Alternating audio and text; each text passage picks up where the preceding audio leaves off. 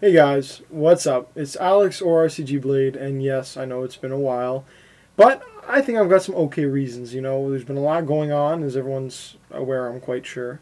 I also was waiting on a shipment to come in, which is kind of what this video is partially about. It's not just about that shipment, but it's about, the things that were in that shipment as a whole, let's say.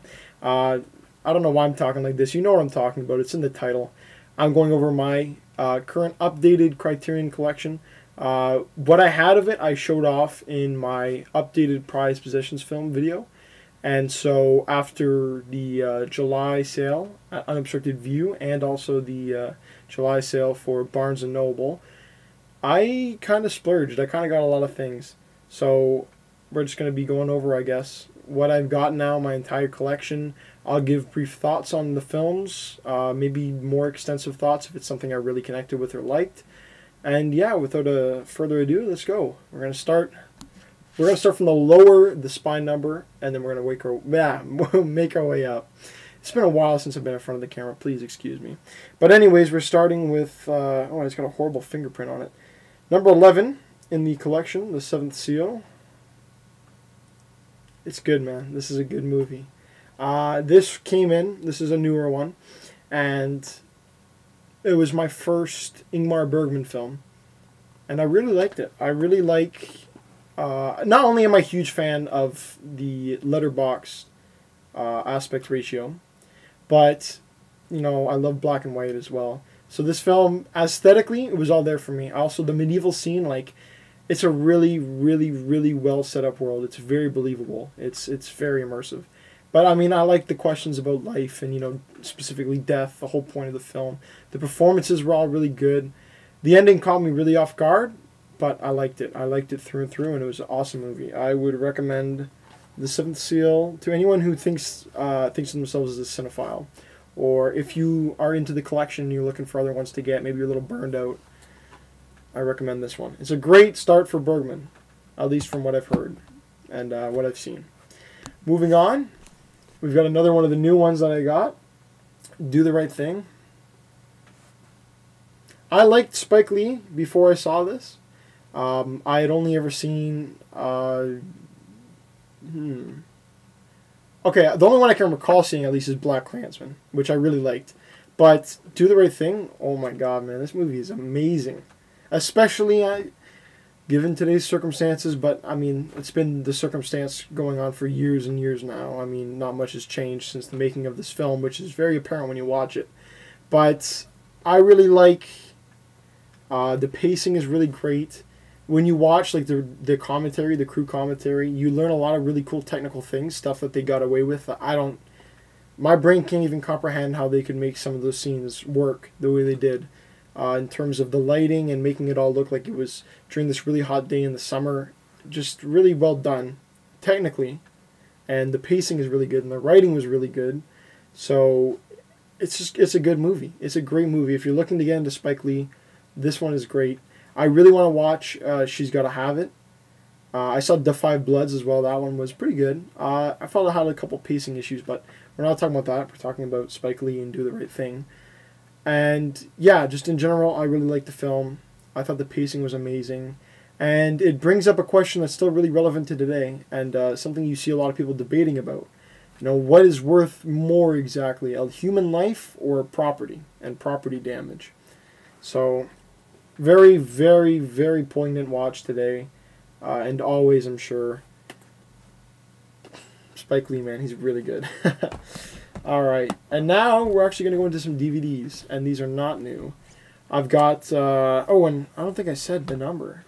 My bad, 97, spine number 97. The Royal Tenenbaums here, spine number 157, in this clunky DVD pack.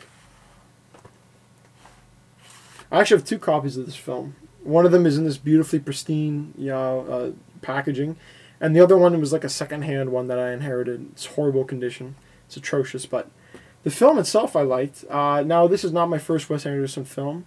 I've seen a good couple, and I tend to like them. My first that I can recall seeing being Moonrise Kingdom, and that movie is amazing. You should watch that.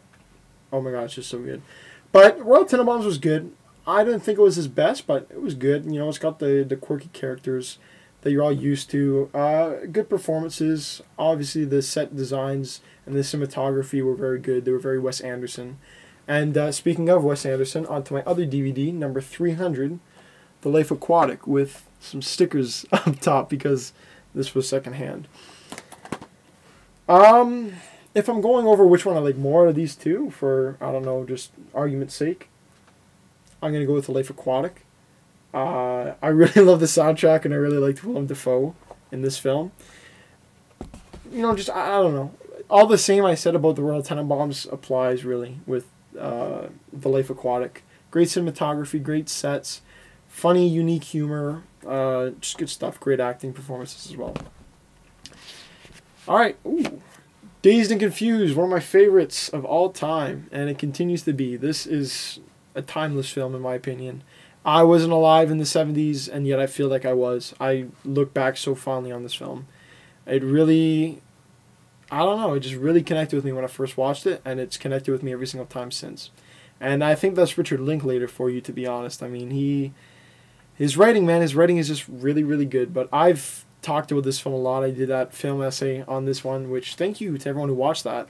That really means a lot to me. I was a little nervous putting that out. But I love this film, man. I could talk about it for hours, but I'm going to spare you all the conversation. Alright, another new one, and hopefully there's not many fingerprints on this, because it'd be hard not to.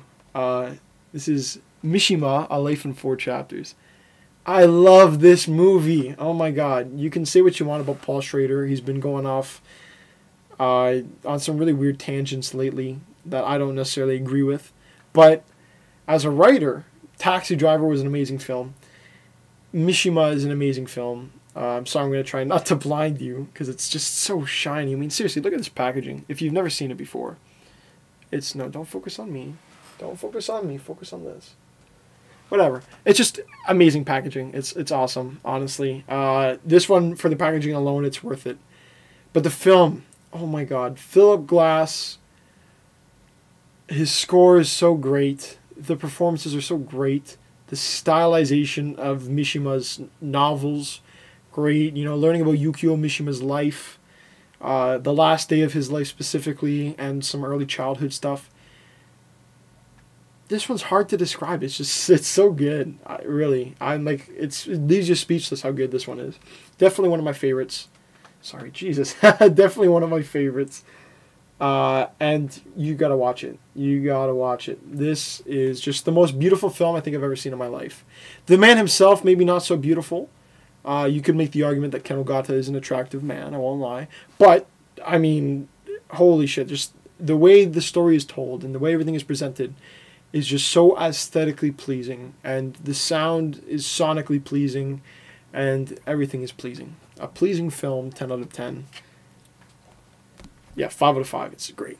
Alright. Another Japanese tale. Godzilla. I love the Godzilla series. I love this film, the 1954 classic. This restoration's amazing.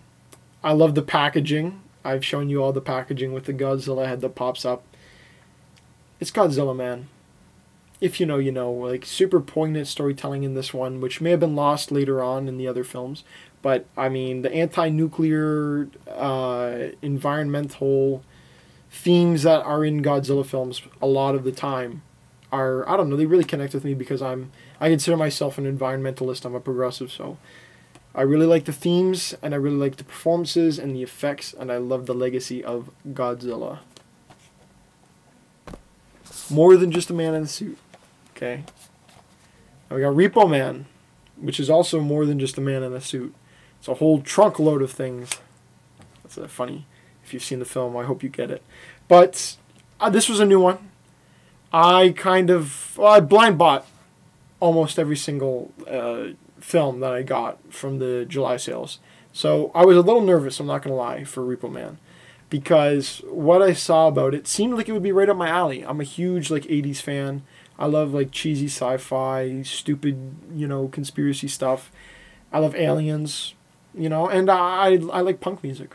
So I figured this would be right up my alley. And thank God it was, because this movie is it's dated in some aspects. I mean, the film never tries to say that the people it's showing are good people. They're kind of assholes. They're repo men, but it's funny, man. It's a good movie. It's entertaining. The plot is really zany, but I really like it. And I don't know. Yeah, it was my first Alex Cox film, and honestly, probably gonna be my last. I hear he did a Repo Girl film that didn't get received too well, and I heard apparently he's gonna do a Repo Man 2. You know what? Sequels, for the most part, tend not to be that great, so I'm just gonna cherish Repo Man for what it is, which is a really funny, punk-filled, sci-fi conspiracy theory wrapped bundle of joy with amazing packaging too. I mean, awesome stuff. And I just noticed this too today. Hello. Damn, this focus is not working with me today. Who cares? Like I said, first day back. Oh.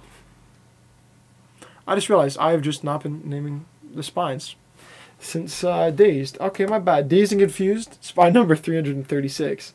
Mishima, A Life in 4 Chapters, spine number 432. Godzilla, spine number 594. And Repo Man, spine number 654. Alright, moving on. At spine number 782, although it's actually also 783, 784, and 785, I've got another new pickup and another blind buy, the Apu trilogy by Satyajit Ray. And, you know, at this point, if you don't, like, if I don't mind subtitles. I don't care about subtitles. I'm all about the film. So watching something that's completely in another language and isn't dubbed, that doesn't bother me. I can understand how it might bother some people. And, you know, the Godzilla Japanese cut is strictly Japanese. Mishima, for the most part, strictly Japanese. I think there's one part in the whole film where Yukio speaks in English. But, yes, these are all in Bengali. And they're all old. But the restorations and the stories behind the making of these films are really, really endearing. And the films themselves are really, really endearing. I loved Boyhood. I loved the Before trilogy. I love film that explores time and, you know, what time does to somebody. And so having a film trilogy about the life of a boy from birth all the way till he's an adult, he's out of college, or school, sorry. Look at me. He's out of school. He's, you know, longing for purpose. These films are freaking depressing, by the way. There's a lot of death. a lot of people die in these movies, which is, you know, not wrong. It's not inaccurate, but it's a real. They're pretty serious films. But, you know, the filmography, the cinematography, I don't know why I said filmography. The cinematography was all really good. The acting, the performances were all really, really good. The stories themselves, all really, really good. I really recommend these. If you're looking to get into foreign films or you already are into foreign films, honestly, everything I've got, I would recommend because I've gotten really lucky. I love every film I bought from the Criterion Collection. But these films especially, really, really great, really awesome, and I recommend them. Moving on to spine number 800. This is another newer purchase, The Graduate. Man, this movie has completely changed the way I listen to Mrs. Robinson, and honestly, Simon and Garfunkel as a whole, because there's a whole lot of Simon and Garfunkel in this movie. Especially, what's that song? Scarborough Fair. Jesus Christ. The amount of time Scarborough Fair gets played in this film in a 10-minute segment is ridiculous. If you've seen the film, you know what I'm talking about. But great performances, great cinematography, great sets, great costumes, a great plot, really great adaptation. It's a really funny film. It's serious when it needs to be in some moments. There's a lot of melancholy in this film. But it's got a lot of humor. Again, the performances are really, really great. I really like... There's some underwater segments. There's a lot of floating by the pool. And all of those are done really well. A lot of cool transitions. A lot of cool like audio transitions and stuff, like stuff that was ahead of its time in The Graduate, really. And it's a delight to watch. It's really good. It's a good movie. Everything is good. All right. Spine number 836, 837, 858, and 859. The Before trilogy, directed by Richard Linklater. These movies are amazing. The performances, like everything about these films are amazing. Dialogue, check. Cinematography, check. Location, sets, check. It's Richard Linklater. You know how I feel about Richard Linklater. These movies are amazing, awesome. You need to watch them. If you want to know what love is, and you know what is love, these movies will tell you, man. They'll tell you. All right, now that I'm done, fanboying over Linklater, that's it. We got a big one, and this is a new one, and this is spine number 1000. I know we talked about Godzilla, but let's talk about Godzilla. I took the plunge, and I finally bought it, and it's awesome. My first one had some pretty bad damage, actually, so I had to return it. It sucked, but man, Godzilla movies are awesome. Okay, it doesn't matter what age you are. Okay, it doesn't matter what language you speak. Godzilla movies are the shit. Okay, the suit fights, like the monster fights, are awesome. The effects are all, for the most part, really good. The plot lines can be anywhere between serious and crazily zany and wild and out there and sci-fi and blah blah blah. But like, look at the size of this thing, man. If you're gonna do Godzilla justice, you got to do it big. And luckily, this fits on my shelf. So, thank you. Yeah, spine number 1000. And now, spine number 1030. Another new one, the Scorsese shorts. I like Martin Scorsese. I'm Italian. His grandparents came from Italy. And his parents were born in the U.S., as was he. My grandparents came from Italy. And my father was born in the U.S. And, or not the U.S., sorry, Canada. Jesus Christ. I'm Canadian, by the way. My father was born in Canada, and I was born in Canada, so there's some similarities there. But I just really I really am attracted to his style, his shooting style, his characters, and you can see a lot of older Scorsese stuff. Not older. I guess in relation to this, a lot of later Scorsese stuff, in that sense, like afterwards, that you really see the foundations of them in these shorts. Like, for example, it's not just Hugh Murray. That is like straight up a mix of things like, let's say, Raging Bull, maybe Goodfellas, maybe even The Irishman if you want to look into it. A lot of early Scorsese that you see in a lot of his films. It's really neat to see how he got his start. And I like that there is a sauce and meatball recipe. I appreciate that. I'm going to have to get some razors to cut up the garlic. Alright. Spine number 1035. Come and see. And this is the latest one, actually. This is the one I got most recently. Because Unobstructed View, the people who I ordered it from, had some manufacturing issues, so it was delayed. I got all of this stuff in August, but this one just came in literally a couple days ago. I also had to get it replaced. So that's why I haven't made any film videos in so long. Let's just get that out of the way. I've just been waiting for these movies to come in, and it's taken quite a while. But yeah, so come and see.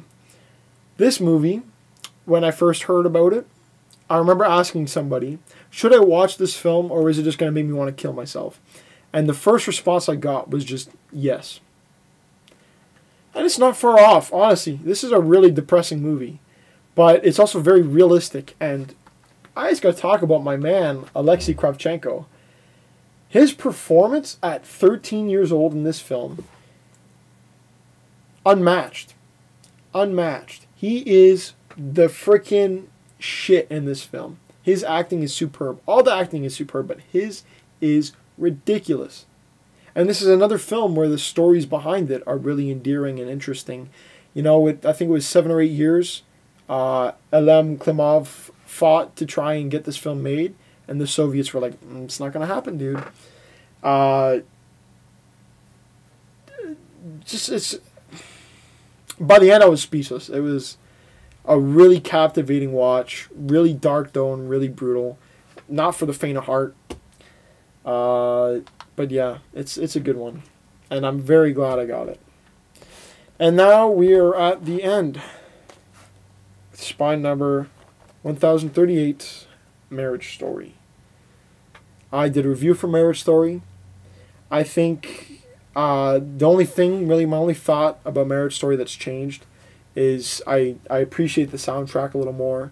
I don't view it as being, oh, well, it's Randy Newman sounding as a bad thing. It's not bad. It's a good movie. I like it. A lot of people, I've noticed, don't really connect to this film too much. They think it's a little too privileged and one-sided on Noah Baumbach's part. I don't find that to be a problem, really. I think that both characters are shown in positive and negative lights. So, I mean, I don't have an issue with that. But yeah, honestly, my only thoughts that have changed in regards to this film are, I like the soundtrack. It's not that bad. It's not a bad thing to be a Randy Newman sounding soundtrack. But yeah, Marriage Story is really good. If you haven't seen my review, check it out. Again, it's pretty much still how I feel about it. But yeah, that's it. That's we got this. And then what I've got off to the side here is just a lovely pile. So that's all of my Criterion films. I hope you guys enjoyed. Maybe if you think one of these films sounds interesting and you give it a watch, please let me know in the comments. I would really honestly appreciate you letting me know if you took my recommendation on one of these and you thought it was as good as I do. Or maybe you didn't like it. And if so, that's okay. You know, film is subjective. Let me know about that in the comments. But yeah, so that's the end of this. Hopefully we can get some more film videos coming out. I'm still going to be uploading some video game stuff. I'm sorry. I lost a couple subscribers from uploading video game stuff. But, I mean, I don't want to just do one thing on this channel. I want to keep it fresh. I want to keep, you know, a lot of different playlists and a lot of different, you know, video styles and types for different people who may be interested. I want this to be a very, I don't know how you'd say it, a variety channel. Okay, how about that? This is a variety channel. It's all on the banner. I think I've got Star Wars, some Resident Evil, and then Call of Duty Zombies. So you know it's going to be horror, you know it's going to be video games, and you know it's going to be movies. That's what this channel is going to be about. So I look forward to bringing you guys some more of that content. It's been a while. It's been a while. I hope this video isn't as painful as I think it might be. But yeah, so that's my collection. And also feel free to let me know what you've got. I'm interested. Alright.